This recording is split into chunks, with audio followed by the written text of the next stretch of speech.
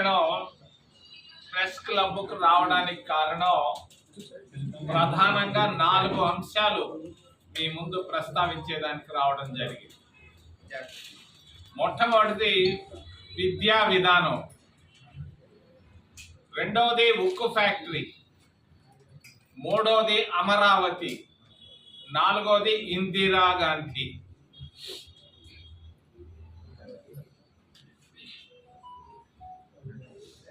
విద్య అనేది చాలా ప్రధానమైనది. విద్యతోనే ఎన్నో సాధించవచ్చు. అందుకే కాంగ్రెస్ పార్టీ అధికారంలో ఉన్నప్పుడు, రాజీవ్ గాంధీ ప్రధానమంత్రిగా ఉన్నప్పుడు ప్రతి గ్రామంలో, ప్రతి హ్యామ్లెట్లో ప్రాథమిక పాఠశాలలు ప్రారంభించాం. కాంగ్రెస్ పార్టీ ఆంధ్రప్రదేశ్ రాష్ట్రంలోనే కాదు, భారతదేశంలో అన్ని ప్రాంతాల్లో.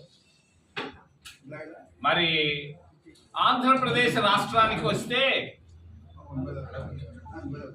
35,000 ప్రాథమిక పాఠశాలను రాజీవ్ గాంధీ ప్రధానమంత్రిగా ఉన్నప్పుడు ప్రారంభించడం జరిగింది. విద్యకు చాలా ప్రాధాన్యత ఇచ్చాం కాంగ్రెస్ పార్టీ. ఈరోజు విద్యా విధానాన్ని, ప్రాథమిక పాఠశాలల సంఖ్యను కూటమి ప్రభుత్వం తగ్గిస్తూ పోతా ఉంది. వాళ్ళ ఆలోచన 35,000 ఉన్నటువంటి ప్రాథమిక పాఠశాలను 10,000కు తీసుకురావాలన్నది వాళ్ళ ఆలోచన ఆంధ్రప్రదేశ్ రాష్ట్రంలో. పోయిన సంవత్సరం, ఈ సంవత్సర కాలంలో 5,000 ప్రాథమిక పాఠశాలలు తగ్గించడం జరిగింది. మరి ఈ సంవత్సరం ఇంకొక 5,000 ప్రాథమిక పాఠశాలను తగ్గించాలన్న ఆలోచనతో మోడల్ స్కూల్స్ అనే ఒక కాన్సెప్ట్ను చంద్రబాబు నాయుడు గారు తీసుకొని వస్తున్నారు. దీన్ని నేను ఖండిస్తున్నాను. చంద్రబాబు నాయుడు గారు తీసుకొస్తున్నటువంటి విద్యా విధానం, ప్రాథమిక పాఠశాలను తగ్గించడం నేను ఖండిస్తున్నాను కాంగ్రెస్ పార్టీ తరఫున. మరి పేదవాళ్ళు ఎక్కడో మాలవడిలో ఉన్నారు, లేకుంటే గిరిజన కాలనీలో ఉన్నారు, అక్కడ కూడా మేము పెట్టాం ప్రాథమిక పాఠశాలలు. ఎందుకు? ప్రతి బిడ్డ చదువుకోవాలి, ప్రతి బిడ్డ పైకి రావాలన్న ఉద్దేశంతో ప్రతి బిడ్డకు కాంగ్రెస్ పార్టీ ప్రాథమిక పాఠశాలలోనే కాదు, మరి హై స్కూల్లో, కాలేజీల్లో కూడా మధ్యాహ్న భోజన పథకాన్ని ప్రవేశపెట్టింది కాంగ్రెస్ పార్టీ మన్మోహన్ సింగ్ ప్రధానమంత్రిగా ఉన్నప్పుడు. దీన్ని నీరుగార్చే ప్రయత్నం చంద్రబాబు నాయుడు చేస్తున్నాడు. దీన్ని నేను ఖండిస్తున్నాను నిశ్చితంగా. తప్పు ఇది, తప్పు ఇది. ఎస్సీలు చదువుకోవడం కూటమి ప్రభుత్వానికి ఇష్టం లేదు, ఎస్టీలు చదువుకోవడం కూటమి ప్రభుత్వానికి ఇష్టం లేదు, మైనారిటీలు చదువుకోవడం కూటమి ప్రభుత్వానికి ఇష్టం లేదు, ఓబీసీలు చదువుకోవడం అసలే ఇష్టం లేదు. అందుకొరకే ఈ ప్రాథమిక పాఠశాలను తగ్గిస్తున్నారు. తప్పు తప్పు తప్పు అని తెలియజేస్తున్నాను. చంద్రబాబు నాయుడు చదువుకున్న స్కూల్ ఎక్కడా? ఆ రోజు ఉన్నటువంటి విద్యా విధానం ఈ రోజు ఎందుకు లేకుండా పోతా ఉంది? ఎవరిచ్చారు నీకు సొత్తు? 150 మంది ఎమ్మెల్యేలు ఉంటే చేస్తావా? నేను చెప్తున్నాను చంద్రబాబు నాయుడు గారికి, వెంటనే మీ విద్యా విధానాన్ని, మేము కాంగ్రెస్ ప్రభుత్వం తీసుకొచ్చినటువంటి విద్యా విధానాన్ని అదే విధంగా యథాప్రకారంగా చేయాలని నేను తెలియజేస్తున్నాను. ఈరోజు ఎస్సీల పరిస్థితి అధ్వానంగా ఉంది. ఆంధ్రప్రదేశ్ రాష్ట్రంలో కాళ్ళు చేతులు కట్టేసి పోలీసులు కొడుతున్నారు కాళ్ళ మీద, మరి చేతుల మీదే కాదు, చంపడం తప్పించి అన్నీ చేస్తున్నారు. తెలుగుదేశం ప్రభుత్వంలో పోలీసుల ద్వారా చేయిస్తున్నారు. మరి గిరిజనుల పురుషాంగాలు కోస్తున్నారు, పురుషాంగాలు కోస్తున్నారు అరకు ఛత్తీస్గఢ్ల మధ్య. ఎందుకు కోస్తున్నారు పురుషాంగాలు? అక్కడున్నటువంటి ఖనిజ సంపదను కోటీశ్వరులకు ఇచ్చేదాని కొరగా ఆడవాళ్ళ ముందే మరి గిరిజనుల పురుషాంగాలు కోస్తున్నారు. తప్పిది, తప్పు. ఒక ఓబీసీ మహిళ చంద్రబాబు నాయుడు కాన్స్టిట్యున్సీలో కుప్పంలో అప్పు చేసిందని చెట్టుకు కట్టేసి కొట్టారు ఒక మహిళను. మైనారిటీలలో చంద్రబాబు నాయుడు కాన్స్టిట్యున్సీలోనే ఒక ముస్లిం మహిళలను పట్టుకొని కొడుతున్నారు. ఒక చదువుకున్న ఒక దళితుడు మరి వాడు వెళితే వెటర్నరీ కాలేజ్ తిరుపతిలో వాడు కుర్చీని కూడా తీసి ఇసిరేసినటువంటి ఘనత తెలుగుదేశం పార్టీకే దక్కింది. నేను దీన్ని ఖండిస్తున్నాను చంద్రబాబు నాయుడు గారి ప్రభుత్వాన్ని. ఒక్క సంవత్సరంలో ఆయన చేసింది 000 గ్రాఫిక్స్ మాటలు తప్పించి ప్రజల్లో వ్యతిరేకత మొదలైంది, అసంతృప్తి బాగా మొదలైంది చంద్రబాబు నాయుడు కూటమి ప్రభుత్వం పైన తెలియజేస్తూ ఉక్కు ఫ్యాక్టరీ కాంగ్రెస్ పార్టీ తీసుకొచ్చినటువంటి ఫ్యాక్టరీ ఏంటి? ఎన్నిసార్లు వచ్చాడు ప్రధానమంత్రి ఈ విశాఖ ఉక్కు ఫ్యాక్టరీ విశాఖపట్నానికి? చంద్రబాబు నాయుడు ప్రభుత్వం సపోర్ట్ చేస్తుంది. మరి ఒక్క మాట చెప్పలేదే ఉక్కు ఫ్యాక్టరీల గురించి. అంత ఉక్కు మనస్తత్వమా కేంద్ర ప్రభుత్వానిది? ఊరికే మాటలు ముచ్చట్లు తప్పించి ఏమి సాధించారు? మొన్న వచ్చిపోయాడు ఆయన, మరి ఏదో చేసిపోయాడు. నేను దాని గురించి మాట్లాడటం లేదు. కానీ ఉక్కు ఫ్యాక్టరీల గురించి మాట్లాడకపోవడం చంద్రబాబు బలహీనతకు ఇది ఉదాహరణ తెలియజేస్తుంది. ఈ చిన్న పని చేయలేవా విశాఖపట్నానికి? ఏమి నువ్వు సపోర్ట్ ఇస్తున్నావు కదా, ఆయన ఒక్క మాట చెప్పొచ్చు కదా, మేము దాంట్లో నుంచి మరి కేంద్ర కేబినెట్ లో పెట్టి తీసేస్తాం ప్రైవేటీకరణను ఒక్క మాట చెప్పొచ్చు కదా. ఆ మాట కూడా చెప్పించలేవా? ఎందుకయ్యా నీ ప్రభుత్వం, నీ పార్టీ ఉంటే లేకపోతే ఏమయ్యా చంద్రబాబు నాయుడు గారు? ఏం చేశావు ఉక్కు ఫ్యాక్టరీల గురించి? సంవత్సరం దాటిపోయిందే, మాటలు చెప్పడం ఎందుకయ్యా? వెంటనే ఉక్కు ఫ్యాక్టరీని మరి కేబినెట్ లో పెట్టించి ఒక్క నెల లోపల విత్డ్రా చేస్తున్నట్టుగా తీసుకురావాలని చంద్రబాబు నాయుడిని నేను విశాఖ నుంచి మాట్లాడుతున్నాను సూటిగా. వెంటనే ఒక్క నెల లోపల ఉత్త మాటలు చెప్పాకు. 11,000 కోట్లు ఇస్తారు. ఎవడికాయ ఇచ్చేది? ఏందా నీ 1,000 కోట్లు ఎందుకయా? వాళ్ళకి ఒక్క మాట చెప్తే వాళ్ళు హాయిగా భోంచేస్తారు కదా. ఈరోజు విశాఖపట్నం ఇంత స్థాయికి రావడానికి కాంగ్రెస్ పార్టీ తీసుకొచ్చినటువంటి ఉక్కు ఫ్యాక్టరీయే కదా. ఎందుకు దీన్ని ఆపేస్తున్నారు? ఎందుకు ప్రైవేటైజ్ చేస్తున్నారు? అవసరం ఏంటి మీకని నేను అడుగుతున్నాను. వెంటనే విత్డ్రా చేయాలని కేంద్ర రాష్ట్ర ప్రభుత్వాలు నేను డిమాండ్ చేస్తున్నాను. మూడో అంశం అమరావతి. 26 జిల్లాలు ఉన్నాయి.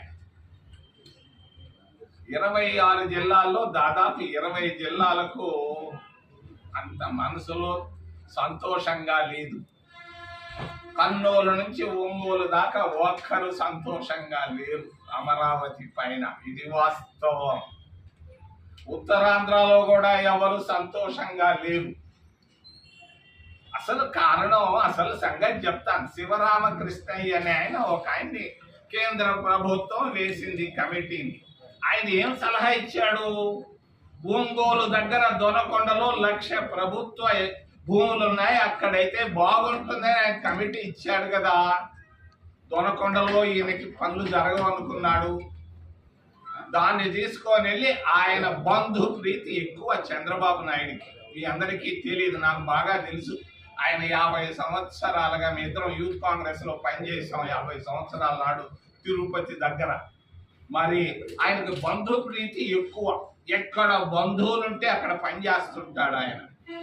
మరి అమరావతిలో అంటే గుంటూరులో ఆయనకు బంధువులు ఎక్కువ. ఆ బంధువుల్ని కోటీశ్వరులు చేసేదాని కొరగా అమరావతిని ఆయన తీసుకున్నాడు. ఆయన చెప్పొస్తుంటాడు అప్పుడప్పుడు మాటలు, బాగా బలి చెప్తున్నాడు ఈ మధ్య. మరి దేవతల రాజధాని అన్నాడు. నేను వెళ్ళి చూశాను, ఎక్కడన్నా దేవుడు కనిపిస్తాడా అని. నాకు కనిపించిందల్లా కర్రతుమ్మ చెట్లు. మరి అరటి చెట్లు, చెరుకు, ఈ తప్ప అడేమీ కనిపించటం లేదు. మరి మట్టి తీసి చూశాను, చేయబెట్టి లాగితే మూరడు మట్టి తీస్తే నీళ్లు వస్తున్నాయి. నీళ్లలో అమరావతి మరి రాజధాని కట్టడం ఎందుకయ్యా? బివి రాఘవులు, కామ్రేడ్ రాఘవులు గారు చెప్పారు, అయ్యా రాజధాని కట్టేదానికి 1000 ఎకరాలు చాలంటే 30,000 ఎకరాలు తీసుకున్నాడు. మరి ఇంకొక 40,000 ఎకరాలు తీసుకుంటున్నానని నిన్నే చెప్పాడు. ఎందుకయ్యా 70,000 ఎకరాలు? ఏమి చెయ్యాలనుకుంటున్నావయ్యా?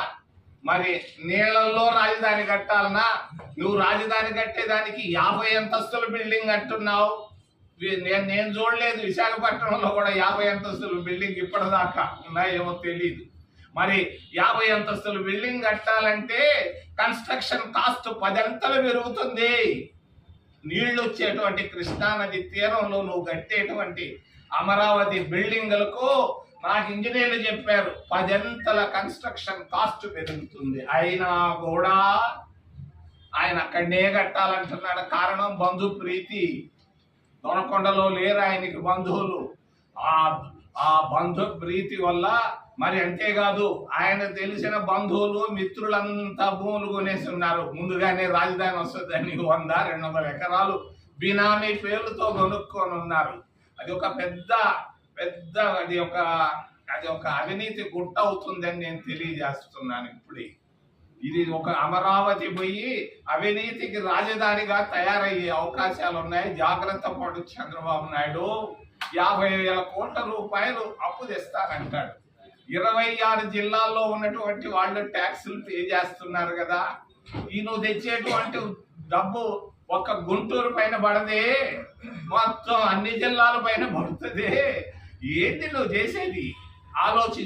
ఆలోచించమని నేను చంద్రబాబు నాయుడు తెలియజేస్తూ, నేను అమరావతికి అడ్డం రావటం లేదు, దాని గురించి వ్యతిరేకంగా మాట్లాడటం లేదు. 25 జిల్లాల ప్రజల మనస్తత్వాలు గమనించి ముందుకెళ్ళమని నేను తెలియజేస్తున్నాను. చివరిలో ఇందిరాగాంధీని విమర్శించే పరిస్థితులు లేవు, తెలియదు. ఇందిరాగాంధీ ఒక గొప్ప నాయకురాలు. ఇందిరాగాంధీ విశాఖ ఉక్కు ఫ్యాక్టరీ వచ్చింది.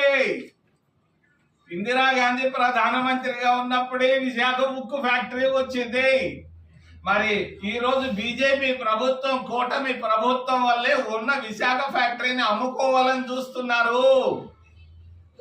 ఇందిరాగాంధీ గొప్ప పని చేసింది కదా, విశాఖ ఉక్కు ఫ్యాక్టరీని తెచ్చిపెట్టింది కదా, ఉక్కు మహిళ కదా అమ్మా, అవునా కాదా? మరి పత్రికా స్వేచ్ఛను గురించి మాట్లాడుతున్నారు.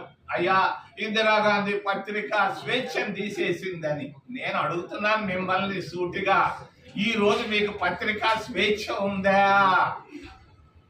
ఎక్కడుంది స్వేచ్ఛ? మీకు ఎక్కడ ఉంది? స్వేచ్ఛ లేదు. ఆ రోజు నేను ఇందిరాగాంధీ రోజుల్లో కనీసం రాసేవాళ్ళు మేనేజ్మెంట్లు. ఈ రోజు పత్రికా స్వేచ్ఛ అనేది ఈ రోజు లేదు, ఆ రోజు ఉండింది. ఇందిరాగాంధీ గొప్ప నాయకురాలు. ఆమె వాళ్ళు చెప్తారు ప్రజాస్వామ్యాన్ని కూనీ చేసింది. మోడీ ప్రభుత్వం కూనీ చేస్తా ఉంది, మన కళ్ళ ముందే చూస్తున్నాం. ఏంటిది? మరి ఎవడైనా చేస్తాడా? గిరిజనుల పురుషాంగాలు ఎప్పుడైనా చరిత్రలో మనం విన్నామా? ఈ రోజు పురుషాంగాలు వస్తున్నారే. ఇదే ప్రజాస్వామ్యం అంటే? ఆ రోజు ఇందిరాగాంధీ గిరిజనులకు సాయం చేసింది, ఎస్సీలకు సాయం చేసింది, పేదవాడికల్లా అడిగినోడికల్లా భూమి ఇచ్చింది, బ్యాంకులు జాతీయం చేసింది, పాకిస్తాన్ 2 భాగాలు చేసింది, దేశాన్ని బలోపేతంగా తీసుకెళ్ళింది. ప్రపంచ దేశాల్లో ఈ రోజు ఉన్నటువంటి విదేశాంగ విధానం అది ఒక విధానమా? ఆ రోజు ఆమె లౌకిక శక్తులన్నింటినీ కలుపుకుంటూ ఆ రోజు తీసుకొచ్చింది నాన్ అలైన్డ్ మూమెంట్ అని, అమెరికా వాళ్ళకి అగెనిస్ట్ గా తీసుకొని వచ్చింది. మరి అటువంటి ఇందిరాగాంధీని విమర్శించే హక్కు భారతీయ జనతా పార్టీకి మరి ఎవరికి లేదని తెలియజేస్తూ అరెస్టులు చేశారు. వెంకయ్య నాయుడు అంటారు. ఈ రోజు ఎంతమందిని అరెస్ట్ చేస్తున్నారు మీరు? ఎంతమంది? 1000 మందిని వాళ్ళు ఏదో వాళ్ళ ఆలోచన విధానంతో వాళ్ళ సిద్ధాంతాలతో ముందుకు పోతే కాల్చవతలు బారేస్తున్నారే సద్దెన్నం తింటుంటే అడవుల్లో. ఇదే ప్రజాస్వామ్యం. ప్రజాస్వామ్యం భారతదేశంలో బాగా బలహీనమైపోయింది. పత్రికా స్వేచ్ఛ కూడా బాగా బలహీనమైపోయింది.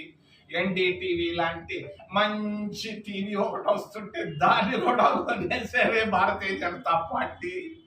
ఏడుందయ్యా పత్రికా స్వేచ్ఛ? ఈరోజు ఉందని మీరు చెప్పుకోవచ్చేమో కానీ వాస్తవానికి ఈరోజు మరి పత్రికా స్వేచ్ఛ లేదు. జర్నలిస్టులకు ఫ్రీడమ్ లేనే లేదు.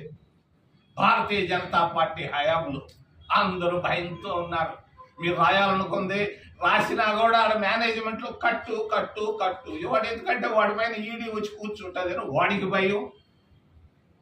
ఈ పరిస్థితుల్లో భారతదేశం ఉంది.